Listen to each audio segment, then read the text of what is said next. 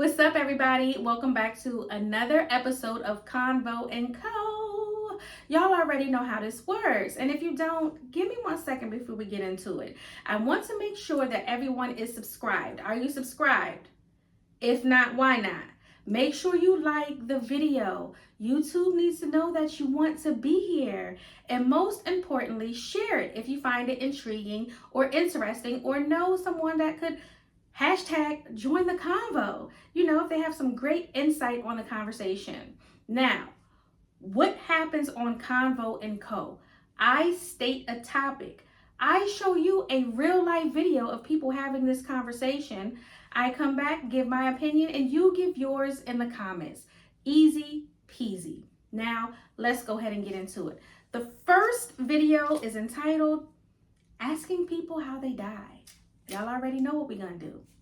Roll the clip. I gotta ask a serious question. Who made the rule that we can't ask how people died? Like, it's almost like it's rude. Like, who made that rule? Because I feel like if people are like posting about somebody dying, somebody should be like, oh, you know, I feel like we talk about this every year, but like, who made that rule? Like, spill the beans. Like, what happened? Like, social media is news now. Technically, it's not really news, but if you're publicizing somebody's death, I feel like you should kind of tell why. I don't know. That's just me. Just me. Because now you've invited us into this space. So at least tell us something. Baby, y'all already know. Reminisce life after death, baby. I want to know all of the details, okay? I want to know. When I see that Lil Jeff died and I don't know Lil Jeff's name, baby, I am on the Googles searching for his first and last name to figure out how somebody died. It's just a curiosity in me. And I had this curiosity before I became a mortician. So if you didn't know, I am a mortician in the state of Maryland. I went to CCBC, got my, Associate of Applied Science in Mortuary Science, all right? And I did my internships and everything in Baltimore. That's when I did my 4 years in Baltimore. Now, again, before I became a mortician, I was always intrigued. Now, I'm going to give a little opinion on why I think that people don't want to tell how people died during a certain period of time. I think it was unhonorable and people were embarrassed about how certain people died. And that goes with particular diseases, the stigma around certain diseases, and also the stigma around certain actions that happen that cause someone to die. You know, you often see people on the news and say he had just turned his life around. And while that may be true, that doesn't take away what happened before this particular person turned their life around. If they were terrorizing people and running amok in the community, and the community just so happened, you know, but that doesn't always say how someone died, right? They know they died, but you don't always get the how they died. I personally don't mind telling people how someone died, right? So if it was cancer, it was cancer. If it was COVID, it was COVID. And I think people just have to take away their anger out of the situation. And baby, just tell us. I'm going to find out anyway, honestly. And it has nothing to do, because I am not associated with any funeral homes, with my profession. It has everything to do with the investigator that I am. You might just tell me, right? So I don't think it's tacky. I don't think it's uncouth. I think that needs to start being shared in obituaries, simply because that is a part of history. Everybody that has lineage to this person may not have a death certificate to know how this particular person died. A lot of people love to say someone died by the flu. They never say it was cancer. They never say, you know, when you die, sometimes you have first and secondary causes. People like to say the secondary cause more than the first cause of death. first cause of death, for example, may be AIDS. Secondary cause of death may be the flu. People are going to say they died by the flu, right? So I think it's important more than in any case to start sharing that in the obituary so people know their family medical history more than nosiness, in my opinion. You can control the funeral programs, and it, to me, it's just, like I said, a part of history. I'm not going to keep repeating myself. All right. So we're going to go ahead and jump into the next topic. The next topic, baby, of course, it's a girls' trip, but it's not your typical girls' trip. And you already know what we're going to do, y'all. What is it? Roll the clip. As someone who's married, I don't think I would ever go on a girls' trip. And if I do, I don't think it would I can't imagine myself ever going on a girls' trip, like a girls' date night, maybe a girls' weekend away or something, but a 4 or 5 day girls' trip outside of the country, away from my husband and my child, that simply just does not sound appetizing to me at all. Like, I'm good with a date night. Nobody takes as good care of me as my husband does. I am not comfortable with anyone the way I'm comfortable with my husband. And I want to be with my husband and child. I don't want to sleep in a bed that is not with him and with my kid. Like, I don't know, maybe I need more time in marriage or something, but going on a girls' trip while married and having my own family, it doesn't sound fun to me. It actually sounds a little miserable. Sister is draining to me. Now, when you break down everything that she says, let's break it down. She's talking about how a girls' trip seems miserable. To be on a trip with your friends and family for more than a weekend, right? Once you start talking about 4 or 5 days, babe, why don't you feel that you need a break from your husband, from your child, from your job? If she had a job, the monotony of everyday life. Now, when people say stuff like this, I look at them 2 different ways. One, what is the relationship with the women around you already? Are you the type of woman to cut off all of your female friends and family and associates, right? Friends, family, associates, to be with a man? And then when that relationship dissolves, now you want to be back in everybody's face. She made a comment about she doesn't want to be in a bed. And I know where she was going with that, and she clipped it. What I want to say is, at my big age, me and my friends' big age, we're not sharing beds, hun. We're not sharing a bed unless I walk into her room and I fall asleep and take a nap and pop up and I go back, and we don't share beds. I don't even like Airbnbs because I don't feel that they are all equal situation when you go to Airbnbs, baby. Hotel me, own room me, and that way you are still able to enjoy the company of your sisters, your friends, your family, without feeling overwhelmed with other people in your space.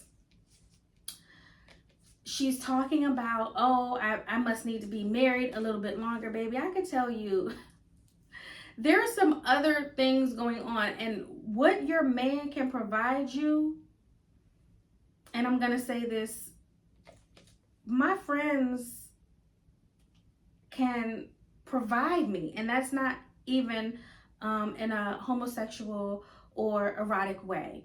My friends are going to make sure that I am okay. My friends are going to make sure that I'm good. There are times where my friends have taken me to get my feet done, and there are times where I have taken my friends out to eat. And there are times when we just treat each other really good and we buy each other flowers because we're having a bad day, or taking our favorite chocolate, food. Here's some money for some gas. Here's some money for some coffee because I love you. And when you have those deep relationships with the women in your life, I don't feel like you feel like this woman felt. I can honestly sit here and say, no matter what she says, I in my heart of hearts, I don't feel that she has positive relationships with women around her. Very, very, very male-centered. You can love your husband down. and still appreciate time away. And that's all I have to say about that. Now, this next one, it's a little bit heavy. It's a little bit heavy. And this is a topic that I made sure that I got a Caucasian woman for this conversation, because although it's happening all over the globe, my channel is specifically catered to Black women. But I want everyone to understand that what's happening in our families, in our neighborhoods, in our towns and communities is happening all over the globe. Roll the clip.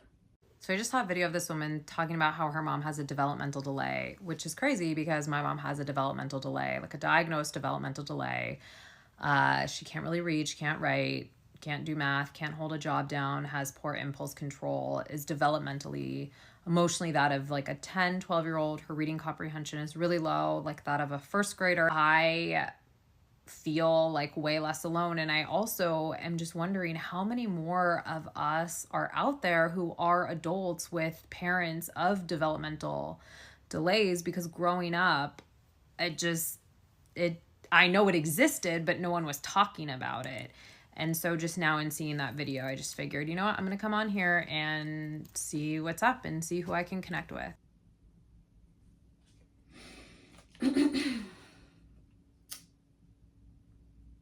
Their families failed them.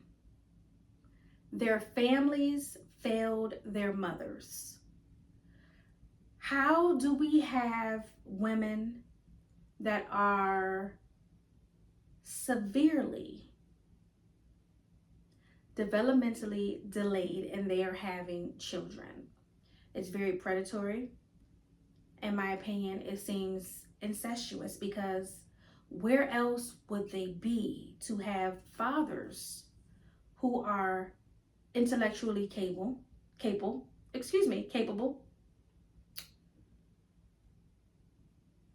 to have fathers that are intellectually capable to make decisions, that are fully developed mentally? Is very predatory. It's disgusting. And what I'm going to say, let's just put a trigger warning on it. Some people are going to say it's eugenics. I don't necessarily believe that developmentally delayed women should have to go through an entire pregnancy because they're not even capable of taking care of themselves. This burden of pregnancy, have you all ever had a baby? Have you had the terrible cramps? Have you had a miscarriage? Do you know what it's like to bring forth life and not be able to understand what's going on? That's a burden for that woman that's going through that, her body. And scientifically thinking, does her body, even though her brain doesn't, truly realize what's happening?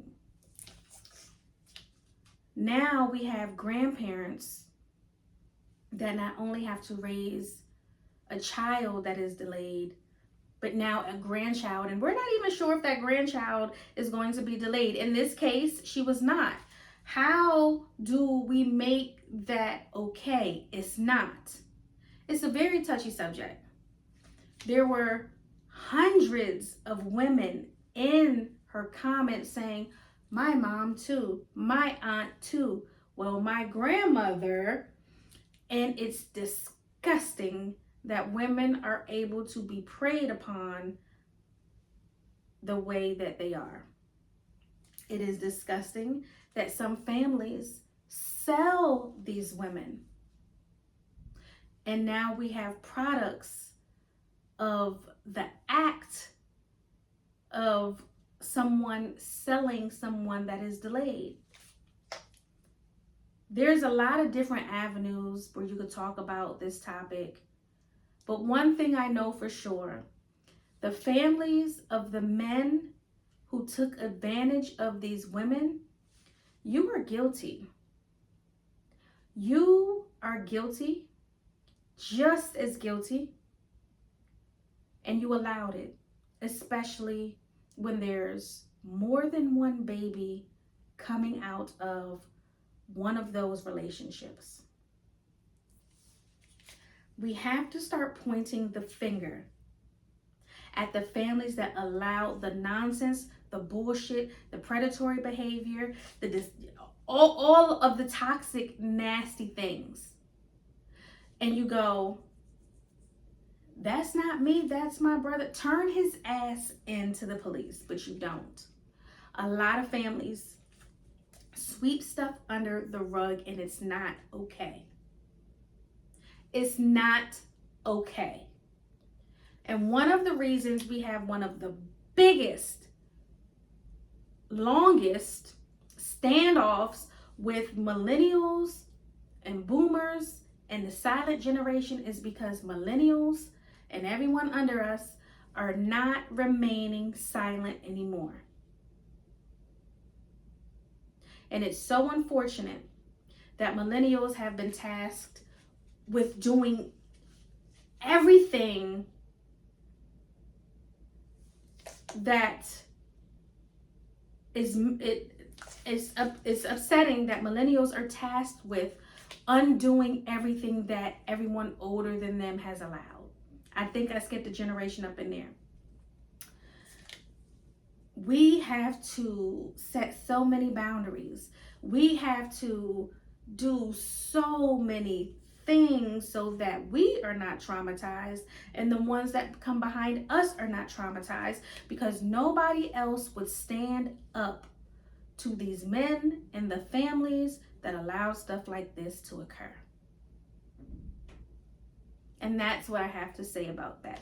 I can go on, but for the politically correct, in order to not have this particular show banned,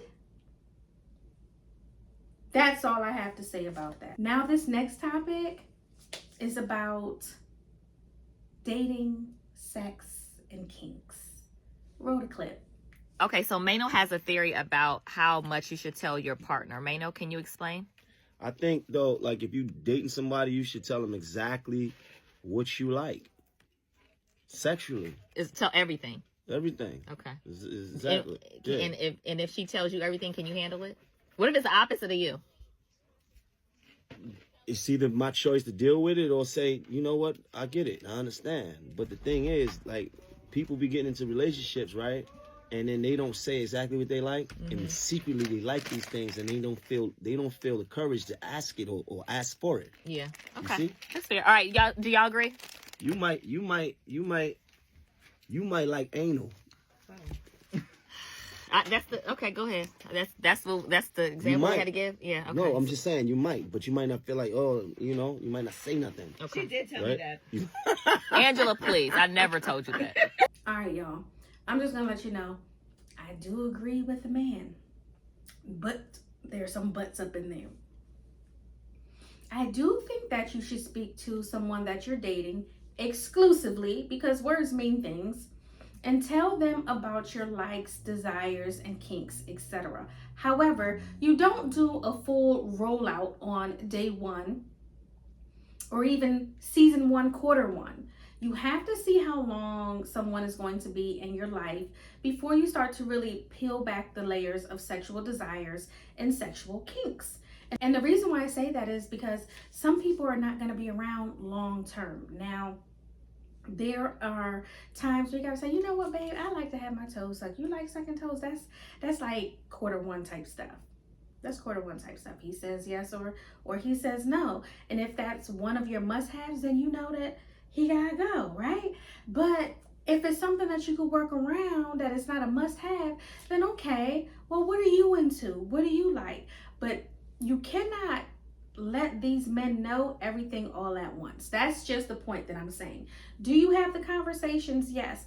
Also, experiences and events open up the conversations. And what are you talking about, Bella? Well, there's so many experiences I went to, like dining in the dark, where you were served food in the pitch black dark and they tell you, hey, this is what it is. Can you guess these flavors? Can you do this or that with the food? And that's an intimate experience. There's also intimate experiences where they curate food around playlists, around drinks, around textures, around smells.